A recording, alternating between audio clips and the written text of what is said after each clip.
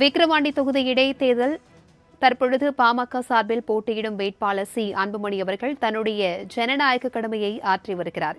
இதுகுறித்தான கூடுதல் விவரங்களுடன் இணைகிறார் எமது செய்தியாளர் ராஜேஷ். வணக்கம் ராஜேஷ். தற்பொழுது பாமக சார்பில் போட்டியிடும் வேட்பாளர் சி அன்புமணி அவர்கள் தன்னுடைய ஜனநாயக கடமையை ஆற்றி வருகிறார். இதுகுறித்தான விவரங்களை பகிர்ந்துக்கோங்க.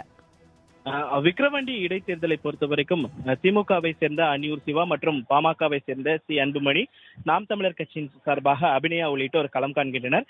இந்த நிலையில்தான் அன்னியூர் சிவா முதல் ஆளாக வாக்குப்பதிவு தொடங்கிய உடனேயே அன்னியூரில் இருக்கக்கூடிய அந்த உயர்நிலை பள்ளியில் தனது ஜனநாயக கடமையை ஆற்றினார். தற்பொழுது பாமக வேட்பாளராக இருக்கக்கூடிய சி அன்புமணி பனையபுரத்தில் இருக்கக்கூடிய ஊராட்சி ஒன்றிய தொடக்கப்பள்ளியில் அமைக்கப்பட்டிருக்கக்கூடிய வாக்குச்சாவடியில் தனது ஜனநாயக கடமையை அவர் ஆற்றி வருகிறார்.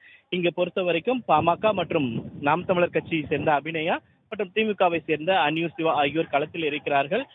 ஏற்கனவே திமுகவை சேர்ந்த வேட்பாளர் தன்னுடைய ஜனநாயக ஆட்சி நிலையில் தற்பொழுது பாமக வேட்பாளர் ஊராட்சி ஒன்றிய அதாவது பனைபுரத்தில் இருக்கக்கூடிய அந்த ஊராட்சி ஒன்றிய தொடக்க பள்ளியில் தனது ஜனநாயக கடமையை ஆற்றி வருகிறார். அவர் சரியாக 9 மணிக்கு வருகை தந்தார். தனது ஆதரவாளர்களுடன் வருகை தந்து இந்த ஜனநாயக கடமை ஆற்றுவதற்காக வருகை தந்தார். ஆனால் அப்பொழுது காவலர்கள் அவர் ஒருவர் மட்டுமே, ஏன்னா அவருக்கு மட்டுமே இங்கு வாக்களிக்கக்கூடிய அந்த உரிமை என்பது இருக்கிறது.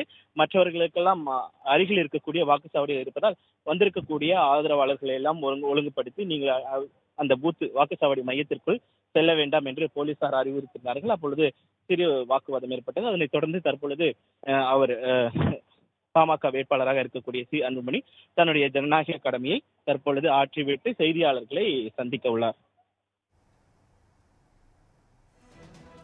தகவல்களுக்கு நன்றி ராஜேஷ்.